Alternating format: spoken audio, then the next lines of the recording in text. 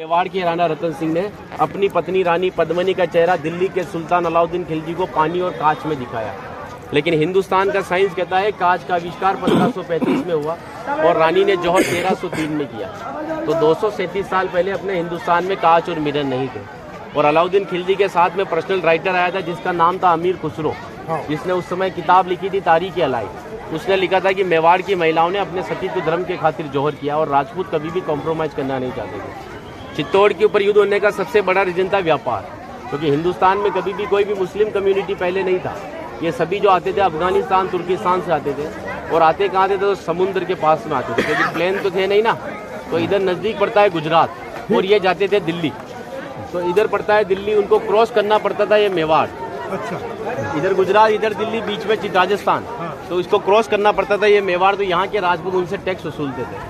तो वो समय था 1299 का, जब अलाउद्दीन खिलजी पूरे हिंदुस्तान पर इस्लामी शासन चाहता था। गुजरात से जब दिल्ली की ओर रवाना हुआ तो यहाँ पर राणा रतन सिंह के पिता थे रावल समर सिंह। उन्होंने दिल्ली जाने से पहले उससे टैक्स लिया और टैक्स लेने के बाद में जब अलाउद्दीन दिल्ली पहुंचा तो मेवाड़ से नाराज कि मुझे दिल्ली में शासन करने के बाद में हर बार मुझे मेवाड़ को टैक्स देना पड़ेगा, इससे अच्छा है मैं मेवाड़ को जीत लूं। तो दिल्ली से वो 1.5 लाख सेना को लेकर मेवाड़ की तरफ बढ़ा, लेकिन चित्तौड़ से दिल्ली का डिस्टेंस 600 किलोमीटर है। तो उसने पहला स्टॉपेज 1301 में रणथंभौर के किले पर डाला सवाई माधोपुर। वहाँ का राजा था हमीर देव चौहान, जिसको मित्र बनाया और उसी मित्र को रात को खाना खाते समय पीठ के पीछे छुरा घोंप कर मार दिया। उनकी पत्नी थी रंग देवी। हिंदू धर्म के अंदर रात में चिताएं नहीं जलती है, तो वहाँ की महिलाओं ने पानी में कूदकर जल जौहर कर लिया, बच्चियों ने सभी ने। लेकिन सुबह यह हुआ कि डेड बॉडियाँ तैर कर ऊपर आई तो आक्रांताओं ने डेड बॉडियों को निकालकर महिलाओं की बॉडी और बच्चों के साथ में रेप करके उनके बॉडी पार्ट्स को काटकर नग्न अवस्था में रणथंभौर के किले के बाहर लटका दिए, ताकि ये संदेश चित्तौड़ पहुंच जाए और चित्तौड़ की रानी पद्मिनी किले को छोड़कर दूर चली जाए। 1303 में जब अलाउद्दीन चित्तौड़ पहुंचा तो किले के ऊपर आने के लिए उसको 7 गेट क्रॉस करना था, तो इम्पॉसिबल था। तो उसने 1.5 लाख सेना को किले के चारों तरफ फैलाया।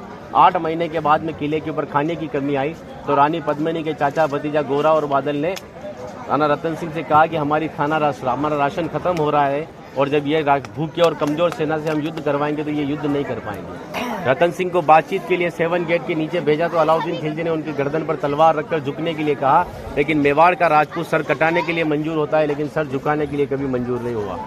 राणा रतन सिंह को धोखे से बंदी बनाया और रानी पद्मिनी को संदेश भेजा कि आप हमारे अधीनता स्वीकार करो, हम दिल्ली चलेंगे।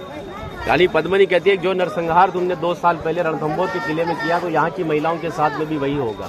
इस वजह से जहाँ मैं जाऊँगी वहाँ ये वीरांगनाएं चलेगी। 2 महीने का समय लिया। अलाउद्दीन खिलजी ने 700 डोलियाँ किले की ओर भेजी, लेकिन रानी पद्मिनी को पता था कि मेवाड़ में घूंघट सिस्टम है, तो हर एक सोल्जर्स को लेडीज पोशाक पहनाकर तलवार और भालों के साथ में उस पालकी में बिठा दिया और रानी पद्मिनी की पालकी में भतीजे बादल को रानी पद्मिनी की वेशभूषा पहनाई और 700 पालकियों एक कमांडर बनाया चाचा जी गोरा को। गोरा जब पालकियां लेकर 7 गेट के नीचे गया तो अलाउद्दीन खिलजी से कहा कि रानी पद्मिनी दिल्ली जाने के लिए तैयार है, लेकिन जाने से पहले अंतिम बार अपने पति से देखना चाहती है। जिस जगह रतन सिंह को बंदी बनाकर रखा गया, जब वो पालकी वहां गई और रतन सिंह जी ने जब घूंघट हटाया तो घूंघट के पीछे का जो चेहरा था वो भतीजे बादल का था। और बादल कहता है कि महाराज हम 20,000 है और ये 1.5 लाख है, एक राजा अगर नहीं लड़ेगा हमारे साथ में तो हमारी सेना का मनोबल कमजोर रहेगा। इसी वजह से राणा रतन सिंह को पालकी में बिठाकर किले के ऊपर भेजा। जब रतन सिंह जी किले के ऊपर आए तो किले के ऊपर आने के बाद में उनकी जय जयकार में हर हर महादेव और जय भवानी के नारों से किला गूंजने लगा। अकबर कहता है कि 8 महीने से तो किले से बच्चे की रोने की आवाज़ नहीं आई, लेकिन 700 पालकियां जब किले के नीचे आए तो किले से जय जयकार हुआ है, मतलब हमारे साथ में धोखा हुआ है। हर एक राजपूत कटने के पक्ष में था लेकिन झुकने के पक्ष में नहीं था। 20,000 राजपूत युद्ध में गया और अलाउद्दीन खिलजी की 1,25,000 सेना को मार दिया। बचे हुए दुश्मन जब किले के ऊपर आए तो महिलाओं ने अपने सतीत्व धर्म के खातिर हिंदुस्तान का सबसे पहला और बड़ा जौहर 16,000 महिलाओं के साथ में जिंदा आग में जलकर किया। यहाँ पर भी रानी पद्मिनी के महल में कांच लगाए गए थे।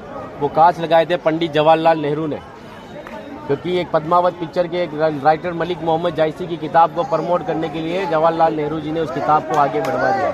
ये रानी को आईने में दिखाया, लेकिन हिंदुस्तान के इतिहास में कभी मेवाड़ गुलाम भी नहीं बना तो आईने में किसको दिखाया।